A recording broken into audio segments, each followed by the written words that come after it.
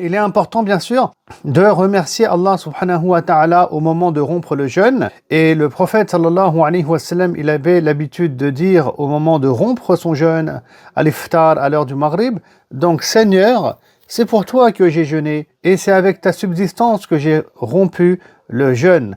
La soif est étanchée, les veines sont alimentées et la rétribution est assurée si Allah le veut. Si Allah le veut. Donc ça, c'est la doua en fait qu'on va faire. Ici, je l'ai traduite en français directement. On la retrouve ici et là, très facilement, très aisément sur Google en langue arabe.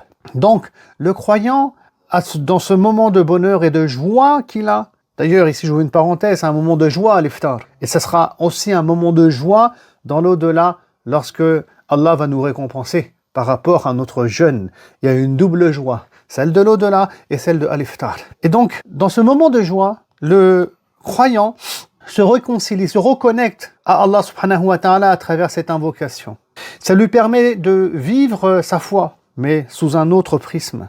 Le prisme de la joie, et dans ma joie, j'évoque le nom d'Allah subhanahu wa ta'ala. Quelle belle connexion entre le cœur de l'individu et Allah subhanahu wa ta'ala. Et ça aussi, ça fait partie des choses qu'on va développer, bien sûr, pendant le mois du Ramadan, qui est une école. Ces reconnexions avec Allah subhanahu wa ta'ala, donc, à travers donc, nos invocations et nos différentes adorations aussi. Le musulman, il dit, Seigneur, c'est pour toi que j'ai jeûné. Vous voyez, donc là, il remet au centre son intention. Quoi qu'il puisse arriver, au moins il le dit, avec la langue.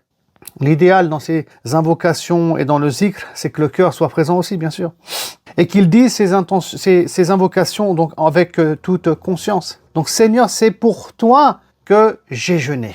Au moins comme ça vient valider l'acte. On ne sait jamais si cet acte il a été pollué pour des raisons X ou Y. Hein? J'ai jeûné pour moi, pour la santé, pour mes parents, pour machin, pour le poids, je ne sais pas quoi encore.